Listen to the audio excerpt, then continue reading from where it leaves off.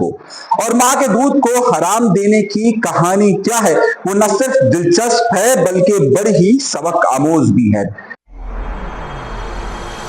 सिंध हुकूमत की तरफ से यूनिसेफ के ताउन से एक प्रोग्राम पेश किया गया जिसके मुताबिक ये कहा गया एक ऐसा बैंक बनाया जाएगा जहां पर मां का दूध फराहम किया जाएगा। ये खबर का सोशल मीडिया पर चलना था कि उसके बाद अफवाहें और फिर अफवाहें और फिर अफवाहें और उसके साथ ही फतावे जारी हो गए। ये जो फतावे जारी हुए उसमें इस बात को कहा गया कि ये बैंक किसी भी तौर पर काबिले कबूल नहीं है और फिर इस बैंक को बंद करवा दिया गया या कर दिया गया। लेकिन असल में हकीकत क्या है, आज का मौजू यही रहेगा और इस पर बात हो।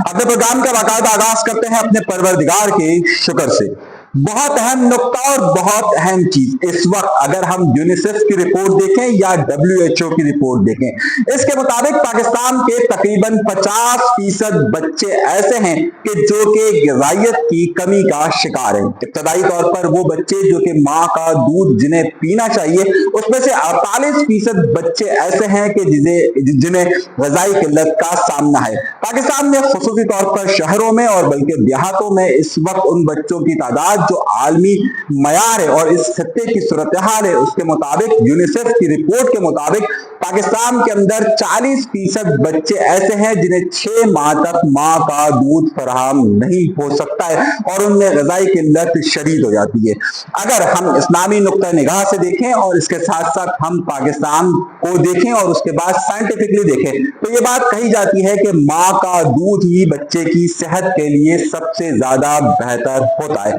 मगर पाकिस्तान के आदाद शुमार को अगर देखा जाए तो उसके मुताबिक 30% माएँ ऐसी हैं कि जो मुख्तलिफ बीमारियों की वजह से या मुख्तलिफ ग़िज़ाई किल्लत की वजह से या फिर मुख्तलिफ असबाब की वजह से अपने बच्चों को दूध नहीं पिला पाती है, जिसके बायस उन्हें मुख्तलिफ डब्बों का, मुख्तलिफ केमिकल भरे ब्रांड्स का दूध पिलाना पड़ता है। इस हवाले से इस पूरे खत्ते का जो डेटा जमा किया गया है, यहाँ तक कि इंडिया के मुकाबले में भी पाकिस्तान में उन खवातीन की तादाद ज्यादा है और उन बच्चों की तादाद ज्यादा है कि जिन्हें माँ का दूध नहीं मिल सकता है। ये रिपोर्ट इस वक्त सबके सामने मौजूद है। सिंध हुकूमत ने इस बारे में यह फैसला किया कि यूनिसेफ के ताउन से एक बैंक बनाया जाए जहां पर वो माएँ कि जिनके पास इजाफी दूध है वो इजाफी दूध को उन बच्चों को फराहम किया जा सके कि जिनको माँ का दूध अवेलेबल किसी वजह से नहीं हो सकता। इस इदारे का सबसे बड़ा मकसद ये था, जो कि बकौल सिंध हुकूमत के और सिंध के मुख्तलिफ बच्चों की न्यूट्रिशन के जो इदारे हैं इनके मुताबिक ये था कि इसके जरिए बच्चों में ग़िज़ाई किल्लत को कम किया सके, क्योंकि जितनी प्रोटीन, जितना फूड न्यूट्रिशन उन बच्चों को मिल सकता है वहां कहीं पर भी नहीं मिल सकता। इसका मकसद हरगिज ये नहीं था बकौल सिंध हुकूमत के कि इसका मकसद ये नहीं था कि इस दूध को फरोख्त किया जाए, बल्कि इसका मकसद बच्चों में ग़िज़ाई किल्लत को कम करना है। अमूमन पाकिस्तान में बहुत सारे बच्चे जो आदाद शुमार हैं उसके मुताबिक पाकिस्तान में बहुत सारे बच्चे प्री मैच्योर पैदा होते हैं, जो कि 7 माह से लेकर 8 माह के बच्चे होते हैं और उन्हें ग़िज़ाई किल्लत का शदीद सामना करना पड़ता है और उनकी माएँ उन्हें दूध नहीं पिला पाती है। अब इस हवाले से ये फैसला किया गया ये बैंक कायम किया जाए और इस बैंक का इफ्तिताह इस वक्त जो खास तौर पे वजीर सेहत है अज़रा पेचो साहिबा उन्होंने किया और उसके साथ साथ अज़रा पेचो किसी तारुफ की मोहताज नहीं है। आसिफ अली ज़ारी साहब की दायने और पिछले 2 टेन्योर से सिंध हुकूमत में चला रही है। उन्होंने इसका इफ्तिताह किया। जैसे ही ये खबरें चलना शुरू हुई तो एक